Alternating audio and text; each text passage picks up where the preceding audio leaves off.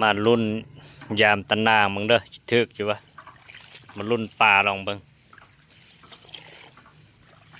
คือจิบุมีปลาตีนั่นนี่เจ้ามาซอดหมดแล้วแหละโอ้อยู่ธรรมชาติงามเลยผักบงก็เป็นดอกหมดแล้วนี่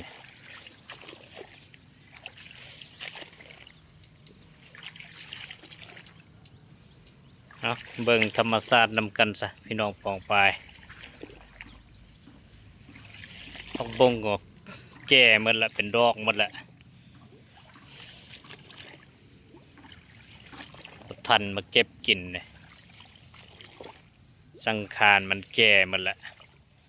รอท่าสุดใหม่เท่านั้นเลยโอ้ก็งามไม่ได้เนี่ยคนนะดอกมันข้าวเลย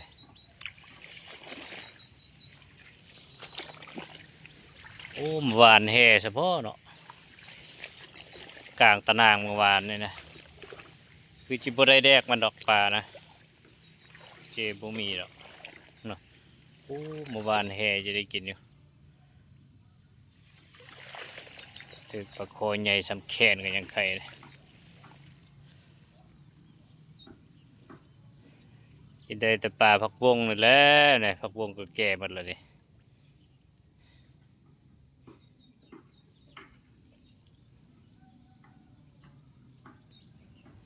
นะท้องฟ้าก็ปลอดโปร่งดีวิวงามๆนะมาฝากในพี่น้องปองปายเอาวันนี้ได้มายามมาลองเบิ้งมาเลยเชือกอยู่วะ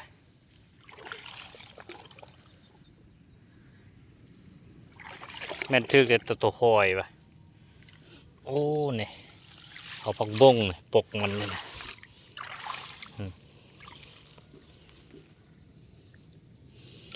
นักป่าเลยดูอันนี้ก็ได้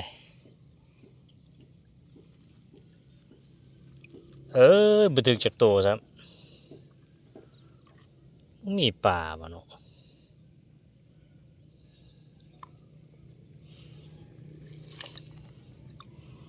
เฮ้ย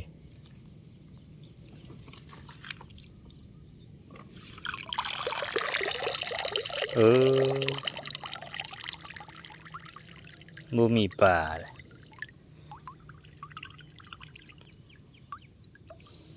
มาเสียเที่ยวแล้วล่ะใช้เหงื่อปลาแดกบันทึกเบยนี่ปลายังนั่นนะจังสัตว์จะได้ปล่อยคืนละจังสีนี่ปลา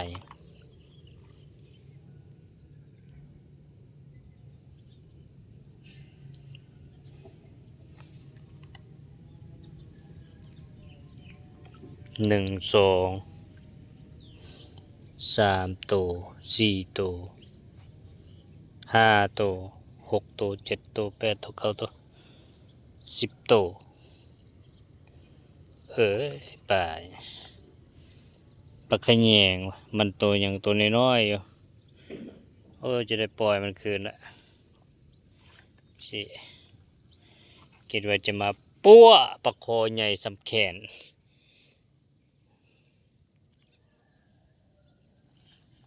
นี่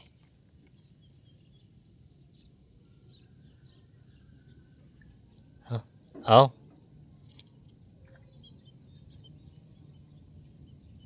เป็นอะไรเกือบแมวเท่านั้นแหละว่าอยู่นำก็ยังตายป่านี่ก็ได้นี่ปล่อยมันไปซะ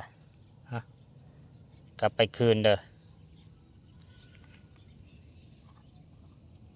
น้อยโพดจักจะกิน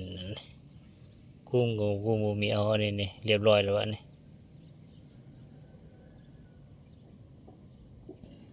ให้มันลอยเมื่อยแล้วมันตายเองคือแมวเท่านั้นแหละ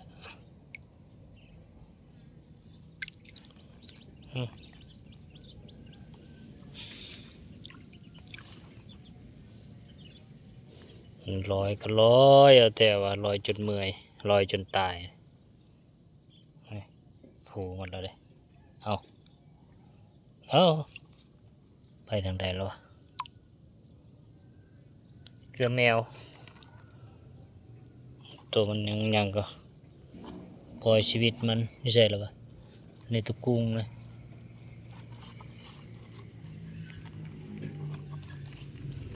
นี่ตะกุ้งเต้นปล่อยมันไปซะ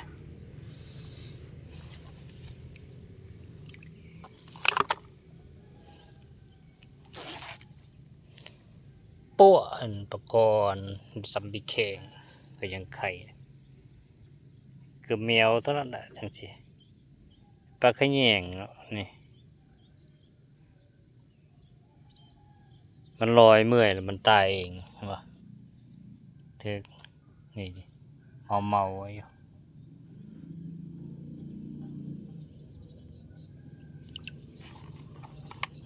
เป็นเกลือแมวนั่นแหละโอเคละจบคลิปนี้ซะขอให้ร่ำให้รวยเด้อพี่น้องพองป้ายนี่วิวงามๆเลยนะ